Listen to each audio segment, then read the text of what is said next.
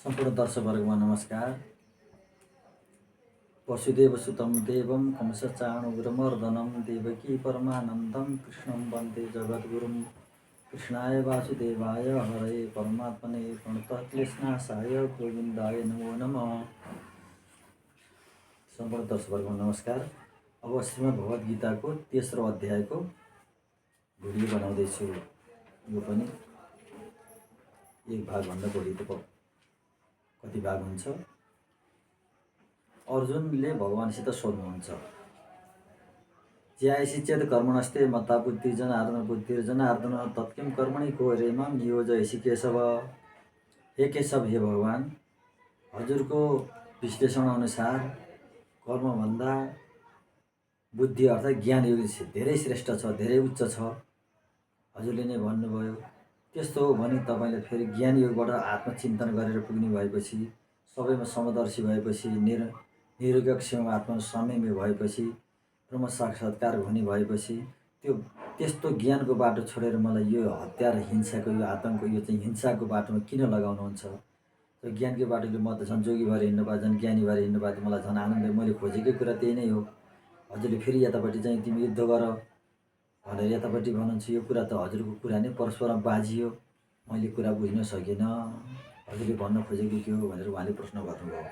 के भन्नुहुन्छ? व्यामिश्रण बाकिन बुद्धि मोहैसी मे तदैकं पद निश्चित येन श्रेय हमाप्नुयाम।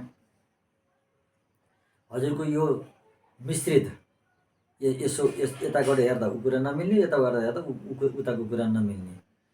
कर्मयोग ठुलो भनेको भए त बरु युद्ध गर भनेको कुरा ठिक हो। क्षत्रियको धर्म यही कर्म हो भन्नुहुन्थ्यो। उता हजुर ज्ञान योग ठुलो भन्नुहुन्छ। यो कुरा त घालमेल भयो। यो कुरा त बुझ्न सकिएन, गोलमाल भयो। मेरो त झन् बुद्धि झन् दिमाग चकरायो। त्यस कारण त एउटा निश्चित गरेर मलाई भन्नुहोस् कि मेरो कल्याण कसरी हुन्छ? वास्तवमा मेरो कल्याण कसरी हुन्छ? हजुरले भनेको कुरा म अल्मलिएँ। ज्ञान योग नै ठुलो हो भनेपछि त लडाइँ गरेर झन् गलत नै हो। म लडाइँ गर्न चाहन्न। त्यस कारण त हजुरको कुरामा म झन् अल्मलिएँ। मलाई निश्चित रूपमा के मेरो कल्याण हुने कुरा उपाय बताइदिनुहोस् भनेर भगवानसित प्रार्थना गर्नुभयो। श्री भगवान वाच, लोकेस्मिन् द्विधा प्रोक्ता निष्ठा पुरा प्रोक्ता माया नग ज्ञान योग्येन यो साङ्ख्यान कर्म योगेन योगिना।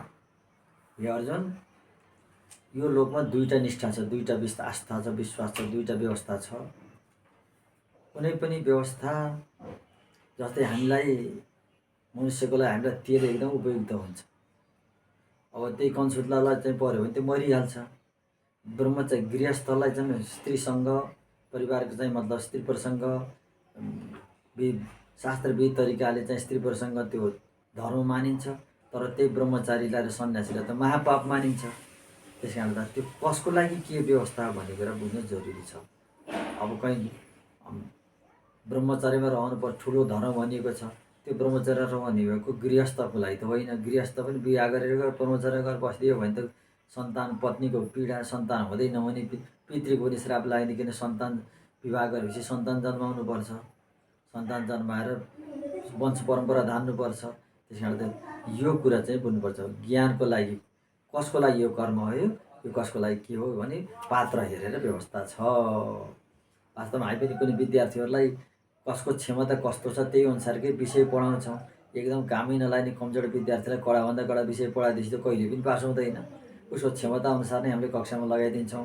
त्यसै गरी पात्रको क्षमता र उसको चाहिँ जाति धर्म, कुल धर्म, गुणधर्म कस्तो छ त्यो अनुसार नै उसको चाहिँ व्यवस्था शास्त्रमा गरिएको छ। संसारको व्यवस्था पनि चल्छ र लोकको कल्याण पनि के अरे कुनै संसार व्यवहार भ्रम पनि पर्दैन। झट्ट नबुझ्दासम्म मात्रै भ्रम हो, नत्र वास्तवमा बुझेपछि समस्या पर्दैन। ज्ञान योग ज्ञान साङ्ख्यान बुद्धि योग जुन छ ज्ञान योग छ, साङ्ख्य मतबाट चाहिँ जाने अर्थात् ज्ञानको माध्यम त वेदान्त शास्त्रको त्योबाट जानु चाहिँ यो निर्गुण, अझ विशेष गरी निर्गुण ब्रह्मको उपासना त्यो चाहिँ यो साङ्ख्यान।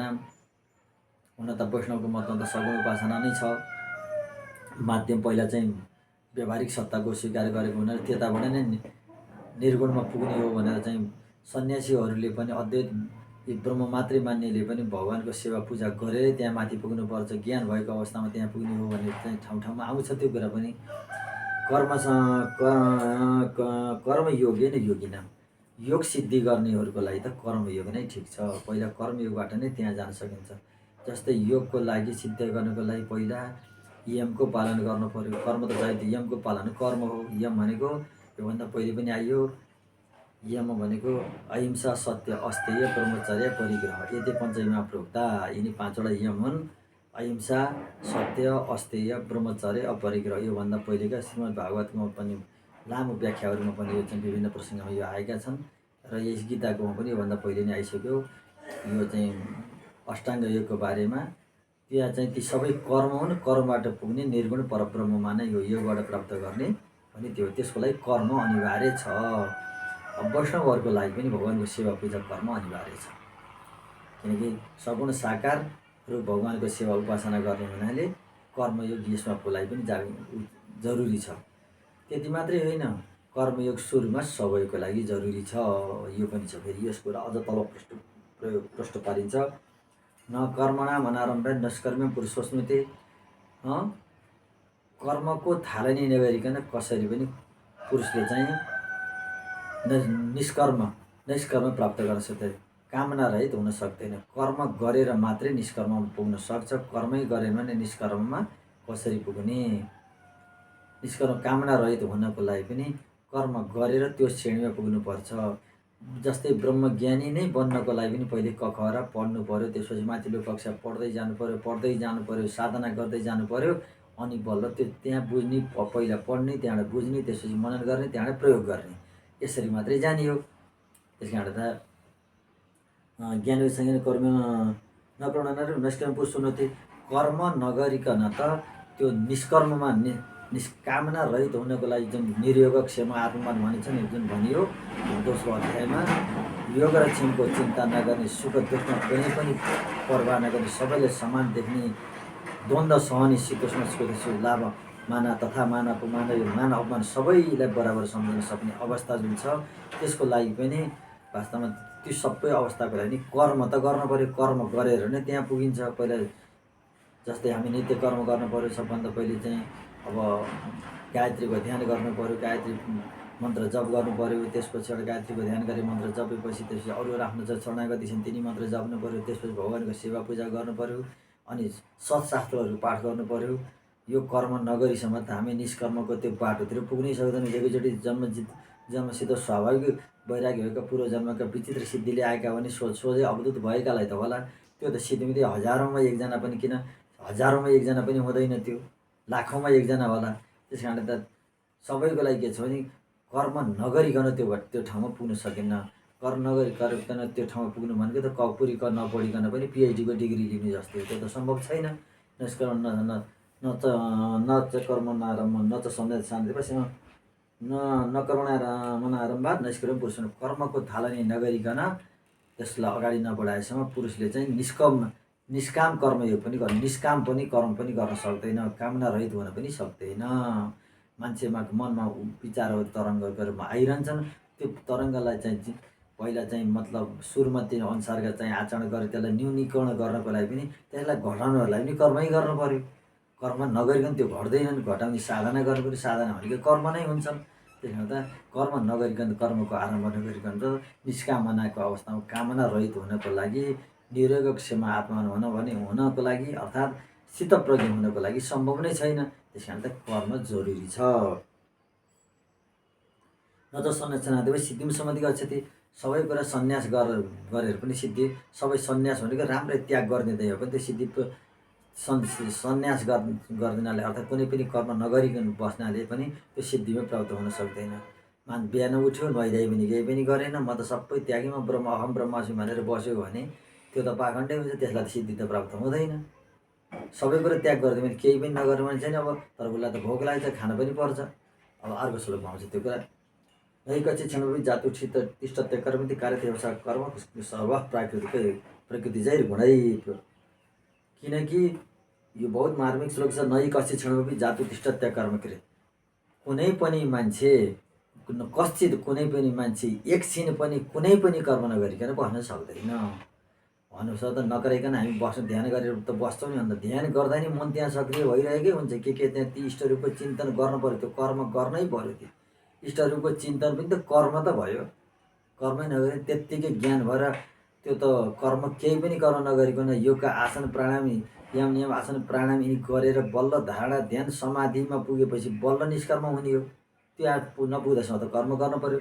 न त सन्न्यासनादेव सिद्धिम सम्मति गच्छति, सबै छोडिदिएँ मैले भनेर केही पनि नगर्यो भने त्यो शरीर यात्रा जब न प्रसिद्धता कर्मण, पेट पाल्नको लागि पनि त्यो कर्म त गर्नै पर्यो। नुहाइधुवाइ स्नान नित्य कर्म त गर्नै पर्यो। नगरेर त त्यो सन्यास भन्ने कुरा चाहिँ त्यो ज्ञानका कुरा पनि चाहिँ अघि बढ्दैनन्। त्यसै कारणले गर्दाखेरि यो चाहिँ किनकि मान्छेले केही नगरिकन भन्नै सक्दैन। यो कुरा चाहिँ सबैले बुझेकै कुरा हो।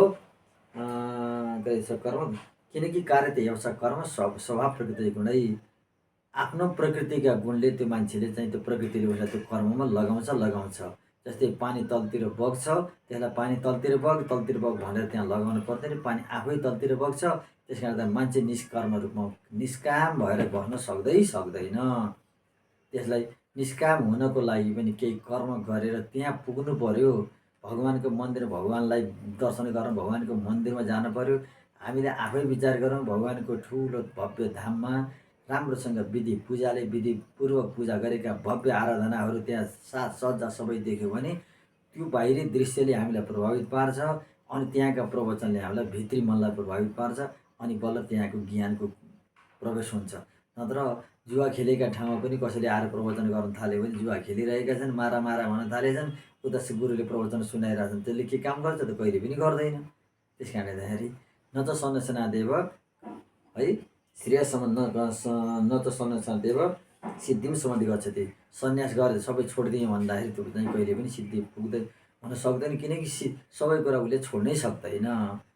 शरीर यात्रा न प्रसिद्धता कर्मण, शरीरको यात्रा नै हुन्छ नि। खान पर्यो, पिउनु पर्यो, सुत्नु पर्यो, सबै काम गर्नु पर्यो है। त्यो पनि कर्म हो। त्यो कर्म पनि त्याग गर्न त सक्दैन।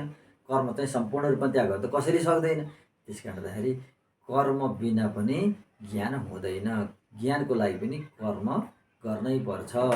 कर्म गरेर ज्ञान भइसकेपछि आफै त्यो गर्दै आफै ती कर्म भगवानको साक्षात्कार भएपछि भगवानको श्री विग्रहमा ध्यान गर्दा भगवानलाई देखेर भगवानसित बात मार्न थाल्यो। भगवानसितै स्तुति गर्दै त्यही मन्त्रमुग्ध भयो। भगवानको दिव्य रूप अनुभूति भयो र भगवानलाई हेरै भयो, आँखा आँसु आउन थाल्यो, प्रेमले हृदय गदगद भयो भने उसलाई चाहिँ त्यो वास्तवमा त्यसपछि उसले कर्म गर्न बाँकी रहेन। सबै कर्म भए। अब त्यहाँ उसले धुप गर्न चढाउन बाँकी छ कि, आरती चढाउन बाँकी छ कि, प्रसादै चढाउन बाँकी छ कि, यी सब कुराको फिक्री भने त्यो कर्म पुरा भयो।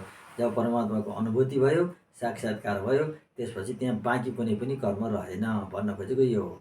त्यस कारण त यसरी चाहिँ यो कुरा नै कर्म सर्वप्रकृति, किनकि अकर्म भएर निष्कर्म भएर मान्छे चाहिँ त्यत्तिकै बस्न कोही पनि सक्दैन। त्यस कारण कर्म बिना अन्य अकर्ममा पुग्न पनि सकिँदैन। अर्को कुरा कर्मेन्द्रियाणि समय यास्ते मनसा स्मरण इन्द्रियार्थं विमूढातं मिथ्याचार सौच्यते। अर्को कुरा अर्जुनलाई भन्दै हुन्छ भगवानले, कर्मेन्द्रियाणि संयममा, कर्मेन्द्रियहरूलाई त सबै रोक्यो। जस्तै मुखलाई रोक्यो, बाणी रोक्यो भनौँ न, मुख त स्वादको लागि भने होइन, मुखलाई रोक्यो। अनि खानेकुरा स्वाद लिनको लागि चाहिँ मतलब त्यो जिउराको लागि कर्मेन्द्रिय त्यो मुख हो, मुखलाई चाहिँ नियमन गर्यो। कर्मेन्द्रिय संयम यास्ते मनसा स्मरण है। अब आँखालाई चाहिँ आँखा चिम्लियो, आँखालाई चाहिँ मतलब नियन्त्रण गर्यो। कानलाई कान थुन्यो, अब मैले मेरो कानले अन्त मिठा शब्द सुन्छन् भने कानलाई रुई खोजेर थुन्यो है। यस्तै चाहिँ छालाले स्पर्शको खोज्छ भने अब चाहिँ छालाको चाहिँ मतलब उसलाई चाहिँ मतलब त्यो प्लास्टिकले चाहिँ मतलब बेरेर राख्यो भनौँ। कसरी सोझै शरीरको स्पर्श सुखले अनुभव गर्नै नसक्ने गरायो। इत्यादि गरेर मान्छे सबै इन्द्रियलाई कानमा रुई खोज्यो, आँखामा चाहिँ पट्टी बाँध्यो। अनि त्यसपछि छालाको लागि चाहिँ स्पर्श सुख प्राप्त गर्नको लागि, रोक्नको लागि, नियन्त्रण गर्नको लागि चाहिँ त्यो प्लास्टिकले चाहिँ लपेटो, त्यहाँ छुनै नसक्ने गराइदियो। इत्यादि गर्दा रूप र शब्द स्पर्श, रूप रस गन्ध, नाकमा पनि केही ठेडी खोज्यो, गन्धै नजाने गरेर पुरै हावाई बन्द गराइदियो, नाक थुनिदियो। तर पनि यति गरी सबै इन्द्रियलाई थुन्यो भने पनि उसको के हुन्छ नि, उसको मनमा विषय, हाम्रो प्रत्येक प्राणीका मनमा विषयहरूका चित्रहरू छन्, मनमा खेल्न थाल्छन्। त्यस कारण गर्दाखेरि जति गरे पनि त्यो आँखा थुनेर, नाक कोचेर थुनेर, कानमा कोचेर थुनेर पनि, यी सबै ज्ञानेन्द्रियलाई थुनेर पनि त्यो कर्मेन्द्रियलाई मान्छेले चाहिँ कर्मेन्द्रियलाई निष्क्रिय गराउन सक्यो हातले। कुनै मतलब शब्द स्पर्शको सुख लिएन, एउटा नियन्त्रण भयो। कानको सुख लिएन, त्यो एउटा दोस्रो नियन्त्रण भयो। कर्मेन्द्रियहरू नियन्त्रणमा आए, तर ज्ञानेन्द्रिय नियन्त्रणमा आउँदैन। मनमा तिनी सक्रिय रहेका हुन्छन्। मनका कल्पनाको आँखाले उसले देख्छ, विपरीत लिङ्गीको चित्र देख्छ, त्यसैलाई ध्यान गर्न थाल्छ। उसको चाहिँ भगवानमा ध्यान त कुनै हालतमा लाग्दैन। अनि मिठो सङ्गीतको कल्पना गर्छ, आहा त्यहाँ भजन कीर्तनको त्यहाँ चाहिँ मतलब दोहोरी गीत चलिरहेछ, त्यहाँ आज कस्तो होला भने मनमा नै कल्पेर उसले त्यसको अनुभूति गर्न थाल्छ। त्यस कारणले शब्द स्पर्श रूप रस गन्धका सबै सुख उसले आँखा चिम्म गरेर पनि अनुभूति गर्न सक्छ। जसरी हामी सपनामा विषयका सुखहरूको हामीले विचित्रसित अनुभव गर्छौँ। त्यस कारण त यी कर्मेन्द्रियले चाहिँ का द्वारहरूलाई थुन्दैमा हाम्रो चाहिँ त्यो त्याग हुन सक्दैन, त्यो परमात्माको साक्षात्कार हुन सक्दैन। त्यस कारणले गर्दाखेरि बुझ्नु पऱ्यो के अरे इन्द्रियार्थम विमूढा त मिथ्याचार सौच्यते। जसले इन्द्रियका विषयहरूलाई चाहिँ मैले जितेँ भनेर सोध्छ, इन्द्रियलाई कर्मेन्द्रियहरूलाई थुनेर तिनका बाटो बन्द गर्दैमा त्यो चाहिँ थुनिँदैन। मिथ्याचार सौच्य, त्यो त बेकारको ढोङ हो, पाखण्ड हो, देख्दा बहुत सिद्ध छ भने छ गरेर देखाउने नाटक हो। तर उसको मन झन् सक्रिय भएको हुन्छ, किनकि मनका भित्र चित्र त छँदैछन् नि, त्यसले कल्पनै गरेर देख्छ। जस्तै हामी सपनामा जागेका वस्तुहरू सपनामा देख्छौँ, त्यहाँ कुनै विषय हुँदैन, मनभित्र सबै चित्र हुन्छन्। त्यसले कल्पना गर्दा सारा विषय त्यहाँ उपस्थित हुन्छन्। अनि जस्तै हामीले विपनामा जुन वस्तु देख्दा हामी आकर्षित हुन्छौँ, विकर्षित हुन्छौँ, ती सबै कुराको पञ्चेन्द्रियका सारा सुखको अनुभूति हुन्छ। त्यस कारणले त त्यो मिथ्याचार हो। त्यस कर्मको ध्यान गरेर चाहिँ मतलब त्यसरी कर्म त्याग गरेर मान्छेको मुक्ति हुँदैन, त्यसमा टाँसिएकै हुन्छ। कर्मेन्द्रियलाई मात्रै नियन्त्रण गर्दैमा त्यो हुँदैन। ज्ञानेन्द्रिय वास्तवमा नियन्त्रण हुनु पऱ्यो। ज्ञानेन्द्रियलाई नियन्त्रण गर्नलाई भित्र मन र इन्द्रिय सबै नियन्त्रित हुन पऱ्यो। नत्र चाहिँ पाखण्ड मात्रै देखाउने नाटक मात्रै हुन्छ, त्यसबाट उपलब्धि हुँदैन। जस्तै हामी सपना देख्यौँ, सपनामा चाहिँ एकदम सुखका गरिब कङ्गाल पनि राजा महाराजा बनेको देख्न सक्छ, एकदम सुख पाउँछ। महाराजा पनि कहिले भिखारी बनेको देखेर साह्रै दुःख पाउँछ। त्यहाँ भोकको अनुभूति त हुन्छ नि, उसलाई वास्तवमा जागा अवस्थामा जस्तो सुख दुःख हुन्छ त्यस्तै सुख दुःखको अनुभूति हुन्छ। अनि दुःख सुखको अनुभूति भएपछि मान्छे चाहिँ सुखको कुरा खोज्छ, सपना नै भौतारिन्छ। त्यस कारण त शान्ति त उसलाई मिलेन। जबसम्म सुसुप्तिमा पुगेन तबसम्म सुखै हुँदैन। त्यस कारण त त्यस्तै हो यो कर्मेन्द्रियलाई रोकेर चाहिँ मनले चाहिँ मनलाई जागा गराएर चाहिँ मतलब त्यो विषयहरू चिन्तन गर्नु भनेको त स्वप्न जगतको सुख जस्तै हो। एकछिनलाई सुख हुन्छ, झन् विपत्तिका कुरा, झन् त्यसमा अनेक विपत्ति आउनु बेर लाग्दैन। त्यस कारण त त्यो पाखण्डीलाई दुनियाँले पनि ढोङ्गी भन्छन्, त्यो सम्भवै छैन। मनले झन् कल्पेकोले झन् साधु झनै विकृत हुन्छ, भ्रष्ट हुन्छ। उसको साधना कहिले पनि पुरा हुँदैन।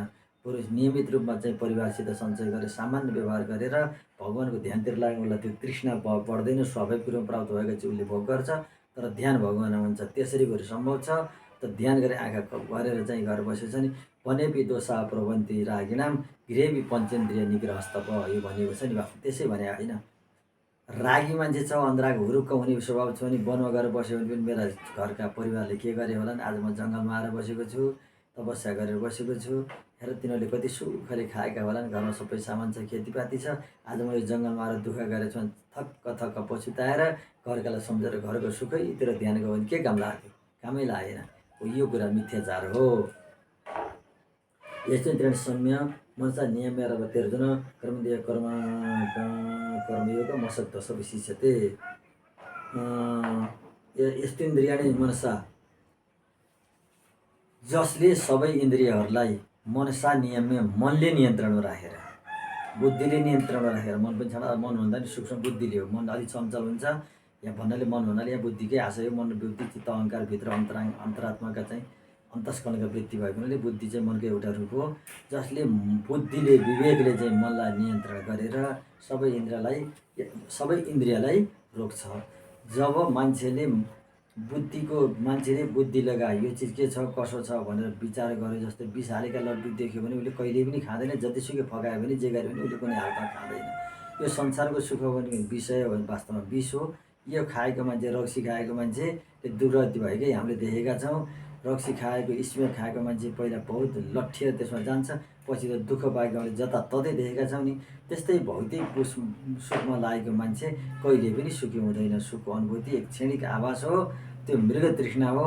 मृगले टाढा पानी देख्छ जङ्गलमा, त सूर्यको किरण टल्केको छ बालुवामा, पानी देख्छ, दगुर्दै जान्छ, तर त्यहाँ त फेरि केही पनि छैन। फेरि पर जान्छ, गर्दै पानी खान नपाएर मर्छ। उसले एकछिन आशा जाग्छ, त्यो आशाको पासामा चाहिँ त्यो झन् चाँडै मर्छ, त्यसलाई झन् धेरै प्यास लागेर झन् चाँडै मर्छ। त्यस कारण त आसक्त मन चाहिँ भएर चाहिँ यो चाहिँ जतिसुकै आँखा चिम्म गरे पनि त्यो काम लाग्दैन। सूक्ष्म शरीरले चाहिँ उसले चाहिँ भित्रको मनले चाहिँ सम्पूर्ण जागा अवस्थाको त्यसले सबै अनुभूति गर्छ। त्यस कारण त्यो त्यागबाट चाहिँ त्यो ज्ञानबाट त्यस्तो चाहिँ त्यो ढोङ पाखण्डबाट त्यो ज्ञान हुँदैन। कर्मेन्द्रिय कर्मयोगम असक्त, कर्मेन्द्रियबाट कामहरू गरिरहेको हुन्छ तर असक्त भएर नटाँसिएर। जस्तै छोरालाई पढायो, शास्त्रको नियमअनुसारले माया गरेर ठिक्क तरिकाले गरेर कसैमा नटाँसिने, गर्नुपर्ने मेरो कर्तव्य हो भन्ने गर्ने, कर्तव्य बुद्धिले गर्ने तर त्यसमा नटाँसिने।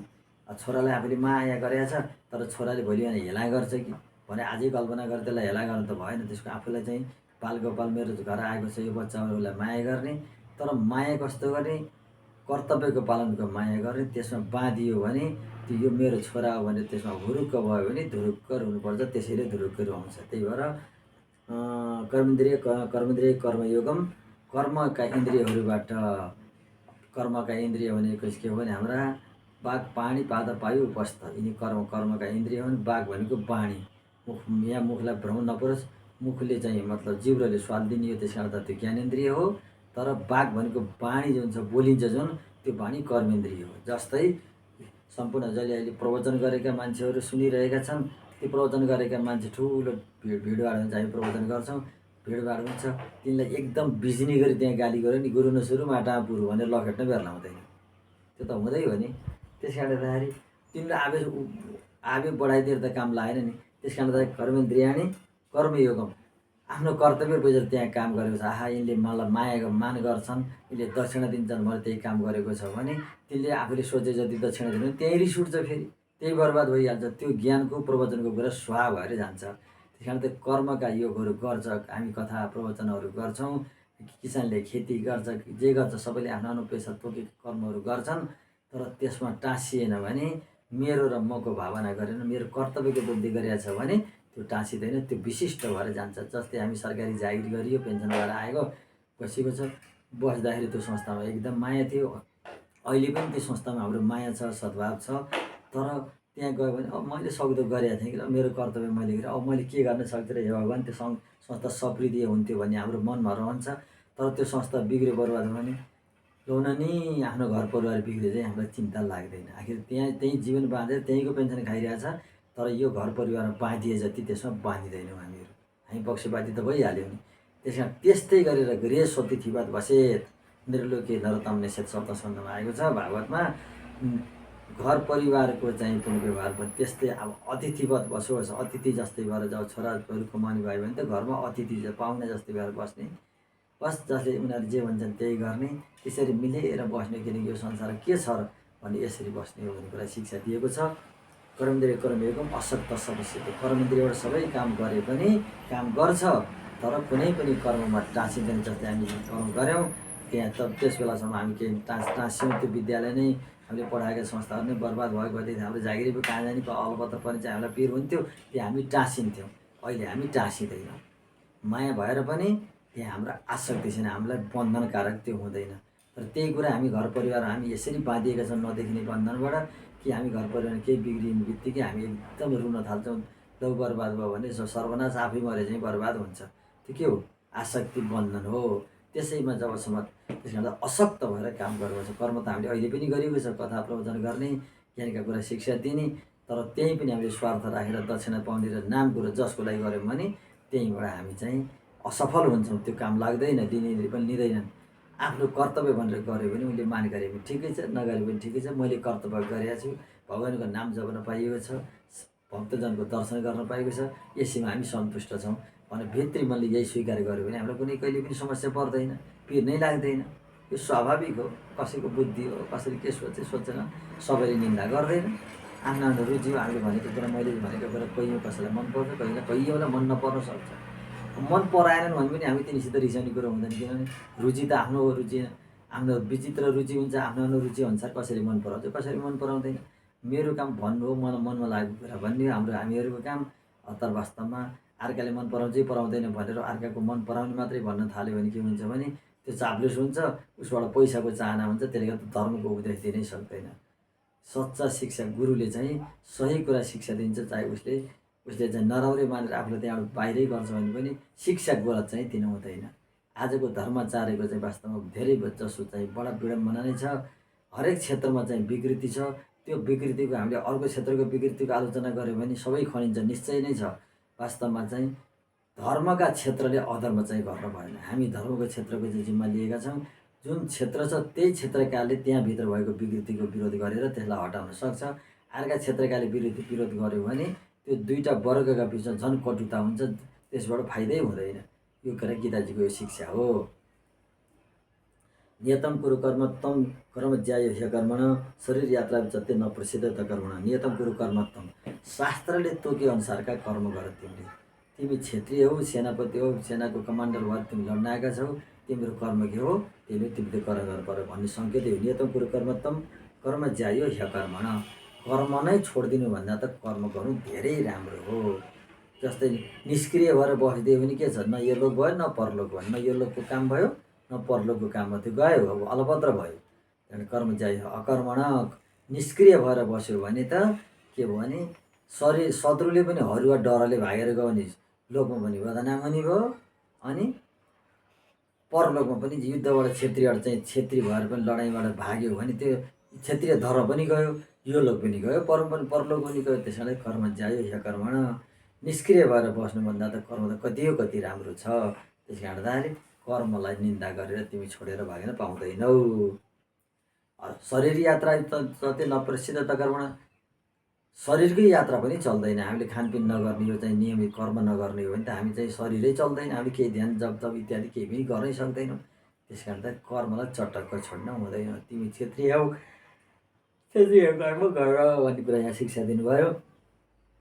सहयज्ञान प्रजा सृष्टा एकतान्त कर्म नेत्र लोक एम कर्मन्धन तथा कर्कुन्त्य मुक्तसँग समाचार। एकतान्त कर्म नेत्र, यज्ञको लागि कर्म गर्नुपर्छ। अन्यत्र अरू चाहिँ आफ्नो स्वार्थको लागि कर्म गर्यो भने त्यो कर्म बन्धनको कारक हुन्छ। यज्ञ गरेर मेरो कर्तव्य हो, देवतालाई देवान भावतान नै पछि आउँछ। त्यो हामीले मित्रले मलाई हलो दियो, हलोले मैले चाहिँ मित्रलाई धान दिएँ जस्तै भने दोहोरो व्यवहार चलाउँदै गयो भने व्यवहार चलिरहन्छ। जस्तै सूर्यले बेसरी हुँदा पानी सोच्छन्, अनि चाहिँ बादल बन्छ, बाफबाट बादल बन्छ, बादलबाट त्यहाँ त्यही 1000 गुणा पर्छ। सरकारले पनि ट्याक्स लिन्छ, सरकार जनताबाट ट्याक्स लिएर त्यसलाई चाहिँ 1000 गुणा फैलाएर फेरि दिन्छ। त्यो चाहिँ वास्तवमा शास्त्रको धर्म। कर उसले लिनै पर्छ। कर लिने बित्तिकै विरोध गरे पनि उग्रवादी हुन्। सरकारले कर लिनुपर्छ। त्यो आफ्नो सुविधाको लागि होइन, जनताको कल्याणको लागि ल्याउनुपर्छ। आफ्नो सुविधाको लागि त कर जनताले राजाको सुविधाको लागि एकदम त्यो निष्काम कर्मले गरेको चाहिँ शुद्ध चाहिँ जुन कर हो त्यसबाट विकासमा लगाएकादेखि बाहेक त्यो सबै जनताको लागि नै लगाउनुपर्छ। त्यसमा त्यो चाहिँ राजाले चाहिँ आफ्नो सुख सुविधा लगाउने होइन। प्रजा पालन गरेर जनतालाई अनुशासनमा राखेर उसले दिएको करको न्यूनतम उसको राजाले पनि आफ्नो सामान्य गुजारा चल्ने राज्यको व्यवस्था चल्ने गरी कर लिनुपर्छ। पहिले चाहिँ आफ्नो काम आफ्नो षष्ठांश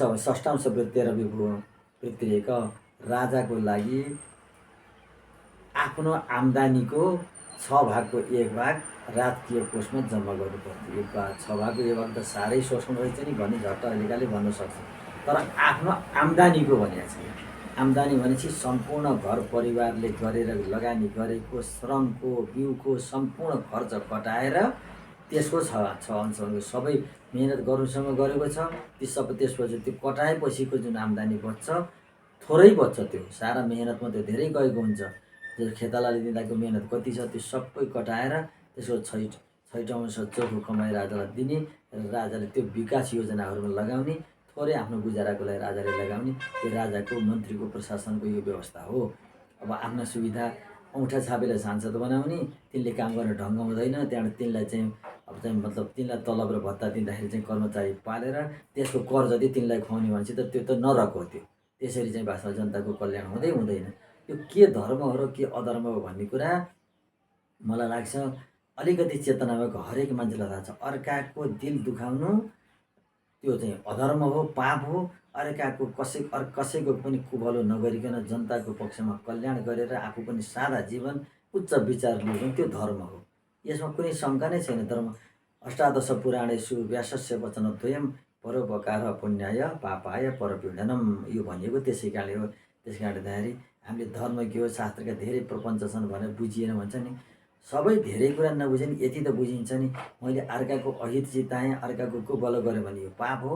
अर्काको मैले सकेसम्म आफ्नो शरीर पनि धान्ने, आफ्नो र अर्काको सकेसम्म भलो गर्ने गऱ्यो भने यो धर्म हो। यति कुरा त सबैले जानेको हुन्छ नि। तर कसले धर्म गर्दैन? सबभन्दा जसले कानुन जानेको छ तिनी सबभन्दा बढी पापी हुन्छ। उनीहरूले कानुन मिच्छन्, कानुन बनाउँछन्, कानुनमा छिद्र राख्छन्, अनि त्यहाँबाट उनीहरूले कानुन मिच्छन् अनि लुट्छन् भुट्छन्। त्यही नै हो नि। त्यस कारणले गर्दाखेरि कर्मको कुरा, कर तिर्नुपर्छ, त्यो करको सदुपयोग गरेर देशको विकास हुनुपर्छ अनि जनताको कल्याण हुन्छ। यो भन्ने कुरा यो कर्मको रहस्य यहाँ भन्न खोजिएको। यज्ञ कर्म नेत लोकयम कर्म भन्दा यज्ञको लागि कर्म गर्नुपर्छ। हामीले यज्ञ नै गरेनौँ भने हामीले यज्ञ गरेर के हुन्छ? देवान भाव तानेन पछि आउँछ यसो यज्ञ। देवतालाई हामीले यज्ञ गरेर दियौँ भने त्यो गर बादल बाप बन्छ, बापबाट बादल बन्छ, देवताले अनि वर्षाइदिन्छन्, त्यो हामी तृप्त भएर वर्षाइदिन्छन्। वर्षेपछि हामीले खेती गर्छौँ, खेती गरेपछि हामीले देवताको गर्छौँ। यसरी जस्तै समुद्रले पानी सोसेर चाहिँ सूर्यले पानी सोसेर सूर्यलाई उचाइ फेरि चाहिँ वर्षा गराइदिन्छ। त्यसै भन्छ प्रजानमेव बुद्ध्यर्थम सत्ताव्यो बलिमग्रहित सहस्र गुणम स्रष्ट मात्र त्यही र संरवि भनेर जुन रघुवंशमा भनेको छ त्यस्तै किसिमले हो। राजाले शासकले प्रधान शासकले कर लिने भनेको थोरै लिएर धेरै जनतालाई धेरै धेरै उत्पादनमूलक काममा लगाइदिएर रोजगारीमूलक गरेर देशलाई आत्मनिर्भर गराउनु नै राजाको प्रधान शासकको अरू राजाले नभएको बेलामा प्रधान शासकको यो दायित्व हो। आफ्ना आसेपासे औँठा छापेलाई कानुन बनाउने अधिकार दिनु यो विडम्बना बेइज्जती कुरा हो। जसले जान्दै जान्दैन उसले के कानुन बनाउला? नेताले जे मन लाग्यो त्यही गर्छ अनि उसले चाहिँ औँठा छाप लगाइदिने। यस्तो पनि कहिले लोकतन्त्र हुन्छ? यो अधर्मतन्त्र हो। सोझै भन्न सकिन्छ यो धर्मतन्त्र हुँदै होइन, अधर्मतन्त्र हो। शिक्षित बुद्धिजीवी जुन छ लायक छ, योग्य छ, जसले गर्न सक्छ त्यसलाई मात्रै सांसद बनाउनुपर्छ, जसले कानुन बनाउने हो। जसले कानुन बनाउँछ त्यसले मन्त्री बन्न पाउँदैन। किनभने मन्त्री बन्यो भने आफूले बनाएको कानुन आफू डाडो बन्यो आफ्नो हात उसले आफ्नोतिर धेरै हालिहाल्छ, आफ्नै पक्षमा कानुन बनाउँछ। त्यस कारण जसले कानुन बनाउँछ त्यो मन्त्री बन्न पाउँदैन, सरकारी कर्मचारी बन्न पाउँदैन। जसले कानुन बनाउँछ त्यो कानुन बनाउन मात्रै काम गर्छ अनि सरकारले चाहिँ उसले कानुन बनाएर दिन्छ, सरकारले लोकको हितमा त्यो काम कार्यान्वयन गर्छ। त्यसपछि त्यहाँ स्वार्थ समूहले हस्तक्षेप गर्न पाउँदैन। त्यही यो समस्या भ्रष्टाचारको जड नै त्यही हो। अधर्मको जड यही नै हो। किनकि दैत्य प्रणाली भनेको डिभाइड एन्ड रुल, फुटाउ र शासन गर भन्ने प्रणाली नै दैत्य प्रणाली हो। जसले समाजलाई मिलिजुली बसेको समाजमा पनि फाटो पारेर शासन गरिन्छ। जाति, भाषा, धर्म, क्षेत्र, लिङ्ग, पार्टी इत्यादिको नाममा समाजलाई फुटाएपछि त्यो फुटेको समाजले चाहिँ सहारा खोज्छ अनि त्यसलाई चाहिँ उचालेर बचालेर अर्कालाई रुवाउने र शोषण गर्ने यो पद्धतिलाई शास्त्रले हाम्रो चाहिँ व्युत्पत्ति अनुसार दैत्य प्रणाली भनेको छ। यसबारे मैले मानव धर्म विवेचना भन्ने पहिलो भिडियोमै विशेष विश्लेषण गरेको छु। त्यसपछि धेरै भिडियोमा लगातार तलबाट क्रमशः हेर्दै आउनुहोला, देख्न सक्नुहुन्छ। मैले कुनै प्रति दुर्भावना राखेर भनेको होइन। मैले नागरिक शास्त्र 10 कक्षामा 9-10मा पढ्दाखेरि नै अरस्तुको त्यो परिभाषा उनले लेखेको इतिहासको त्यो पढेको थिएँ। मलाई आश्चर्य लागेको थियो खोज्दै जाँदा।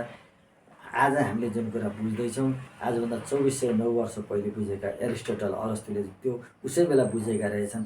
वास्तवमा यो यथार्थ हो। जब चाहिँ मतलब कार्यकर्तालाई पालन गर्नको लागि आफ्नो पार्टी र भ्रातृ सङ्गठनलाई पाल्नुपर्छ, स्वार्थमा परिचालन गर्नको लागि उनलाई पैसा चाहिन्छ। त्यो पैसा स्वार्थ समूहले मात्रै दिन्छ, अरूले दिँदैनन्। त्यो स्वार्थ समूहले स्वार्थी नै कानुन बनाउँछ। त्यस्तै उनीहरूले चुनाव जिताएर पठाउँछन्, उनीका पक्षमा मात्रै कानुन बनाउँछन्, गरिब जनताको पक्षमा एउटा पनि कानुन बन्दैन। बनाएर देखाउन बनायो भने त्यो लागु हुनै सक्दैन। त्यो भगवान आएर लागु गऱ्यो भने सबैको हृदय परिवर्तन गर्न सक्छ भगवानले, उसले सक्छ। न त कुनै पनि मान्छेले कस्तै म गर्छु भनेले कसै पनि सक्दैन। सूर्यलाई चिसो बनाइदिन्छु भने जस्तै यो असम्भव कुरामा यो बेकार, यो ठग्ने तरिका मात्रै हो। यो चाहिँ शास्त्रले यही भन्छ। अनि सहयज्ञ प्रजाश्रेष्ठ यज्ञ किन गरे त? सहयज्ञ प्रजाश्रेष्ठ पूर्ववाच प्रजापति अनेन प्रसूतिम यसवतिष्ठ कामन्तु। यसपछिका भिडियोहरू यसपछिका अंशहरू चाहिँ अर्घभङ्ग प्रस्तुत गरिनेछ। हरे नमः। श्रीकृष्ण गोविन्द हरे मुरारे, हे नाथ नारायण वासुदेव, अनन्त वैकुण्ठ मुकुन्द कृष्ण, गोविन्द दामोदर माधव यति भक्तवत्सल भगवानको